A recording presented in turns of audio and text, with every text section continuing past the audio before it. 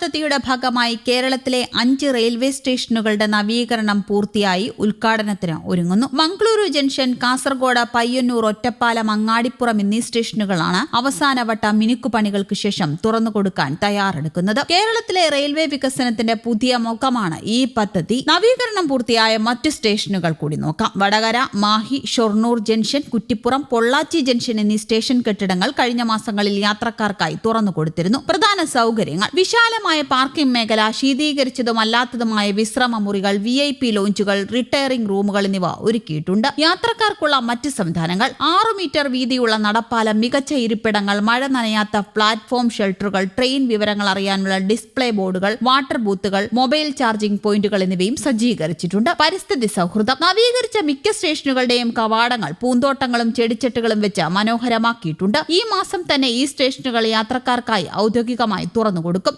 യാത്രക്കാരുടെ സൗകര്യങ്ങൾ അന്താരാഷ്ട്ര നിലവാരത്തിലേക്ക് ഉയർത്തുക എന്ന ലക്ഷ്യത്തോടെയാണ് കേന്ദ്ര സർക്കാർ അമൃത് ഭാരത് സ്റ്റേഷൻ പദ്ധതി നടപ്പാക്കുന്നത്. ഇതിന്റെ ഭാഗമായി കേരളത്തിലെ നിരവധി സ്റ്റേഷനുകളിൽ അടിസ്ഥാന സൗകര്യങ്ങളും യാത്രാ അനുഭവവും മെച്ചപ്പെടുത്തുന്ന വിപുലമായ വികസന പ്രവർത്തനങ്ങളാണ് നടന്നത്. എന്നാൽ ഫറോക്ക് ഉൾപ്പെടെ പല സ്റ്റേഷനുകൾക്കും ഉദ്ഘാടനം സംബന്ധിച്ച് യാതൊരു അറിയിപ്പുകളും ലഭിച്ചിട്ടില്ല. 16 സ്റ്റേഷനുകളാണ് 435 കോടി ബജറ്റ് വരുന്ന പദ്ധതിയുടെ ആദ്യഘട്ടത്തിൽ നവീകരിക്കുന്നത്. ഇതിൽ വടകര, മാഹി, ഷൊർണൂർ ജംഗ്ഷൻ, കുറ്റിപ്പുറം, പൊള്ളാച്ചി ജംഗ്ഷൻ എന്നീ സ്റ്റേഷനുകളിലെ കെട്ടിടങ്ങൾ കഴിഞ്ഞ മാസങ്ങളിൽ തുറന്നുകൊടുത്തിരുന്നു. ഇതുകൂടാതെ മംഗളൂരു ജംഗ്ഷൻ, കാസർഗോഡ്, പയ്യന്നൂർ, ഒറ്റപ്പാലം, അങ്ങാടിപ്പുറം സ്റ്റേഷനുകൾ നവീകരണം പൂർത്തിയാക്കിയുള്ള അവസാനവട്ട മിനുക്കുപണികളിലാണ്. അവയുടെ ഉദ്ഘാടനം ജോലികൾ പൂർത്തിയാക്കിയ ശേഷമായിരിക്കും നടക്കുക.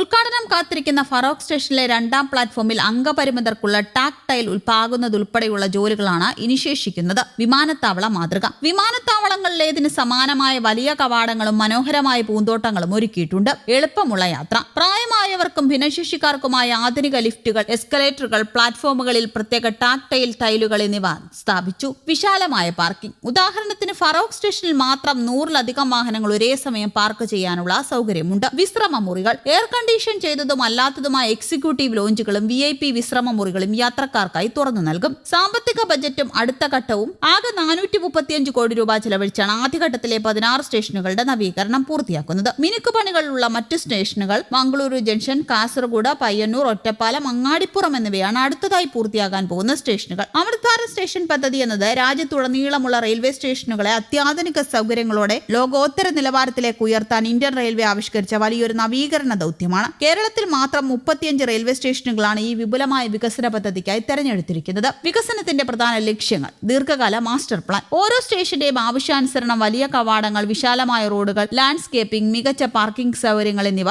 ഒരുക്കുക. മൾട്ടി മോഡൽ കണക്ടിവിറ്റി: റെയിൽവേ സ്റ്റേഷനുകളെ KSRTC പ്രൈവറ്റ് ബസ്സുകൾ, ഓട്ടോ ടാക്സി സംവിധാനങ്ങളുമായി എളുപ്പത്തിൽ ബന്ധിപ്പിക്കുക. പരിസ്ഥിതി സൗഹൃദം: സ്റ്റേഷനുകളിൽ സോളാർ പാനലുകൾ സ്ഥാപിക്കുക. ഹരിതാഭമായ പൂന്തോട്ടങ്ങൾ നിർമ്മിക്കുക. മലിനജല ശുദ്ധീകരണ പ്ലാന്റുകൾ ഒരുക്കുക. യാത്രക്കാർക്ക് ലഭിക്കുന്ന ആധുനിക സൗകര്യങ്ങൾ ഇവയൊക്കെയാണ്. സുഗമമായ സഞ്ചാരം: പ്രായമായവർക്കും ഭിന്നശേഷിക്കാർക്കുമായി ആധുനിക ലിഫ്റ്റുകൾ, എസ്കലേറ്ററുകൾ, വീതിയേറിയ പുതിയ നടപ്പാലങ്ങൾ എന്നിവ. വിശ്രമ സൗകര്യങ്ങൾ: എക്സിക്യൂട്ടീവ് വൈഫൈ ലോഞ്ചുകൾ, ശീതീകരിച്ച കാത്തിരിപ്പ് കേന്ദ്രങ്ങൾ, കഫറ്റേരിയകൾ, ക്ലോക്ക് റൂമുകൾ, ഡിജിറ്റൽ വിവരങ്ങൾ. ട്രെയിനുകളുടെ സമയവും കോച്ചുകളുടെ സ്ഥാനവും കൃത്യമായി കാണിക്കുന്ന LED ഡിസ്പ്ലേ ബോർഡുകൾ, മികച്ച അനൗൺസ്മെന്റ് സംവിധാനങ്ങൾ. കേരളത്തിലെ 1ാം ഘട്ട സ്റ്റേഷനുകളാകെ 435 കോടി രൂപയുടെ ബജറ്റിലാണ് നവീകരണം പൂർത്തിയാക്കുന്നത്. അതിൽ ആദ്യഘട്ടത്തിൽ 16 സ്റ്റേഷനുകളാണ് ഉൾപ്പെടുന്നത്. ഇതുകൂടാതെ ഓണക്കാലത്തെ യാത്രക്കാരുടെ തിരക്ക് കണക്കിലെടുത്ത് കേരളത്തിലേക്ക് 100 അധിക സ്പെഷ്യൽ ട്രെയിനുകൾ അനുവദിക്കുമെന്ന് കേന്ദ്ര റെയിൽവേ മന്ത്രി അശ്വിനി വൈഷ്ണവ് പ്രഖ്യാപിച്ചിട്ടുണ്ട്. ഉത്സവ സീസണിലെ വലിയ തിരക്ക് മുൻകൂട്ടി കണ്ടാണ് ഈ ആധുനിക സർവീസ് ഏർപ്പെടുത്താൻ തീരുമാനിച്ചത്. കഴിഞ്ഞ ദിവസം ഒഡീഷയിലെ ഭുവനേശ്വറിൽ മാധ്യമങ്ങളോട് സംസാരിക്കവെയാണ് മന്ത്രി ഇക്കാര്യം വ്യക്തമാക്കിയത്.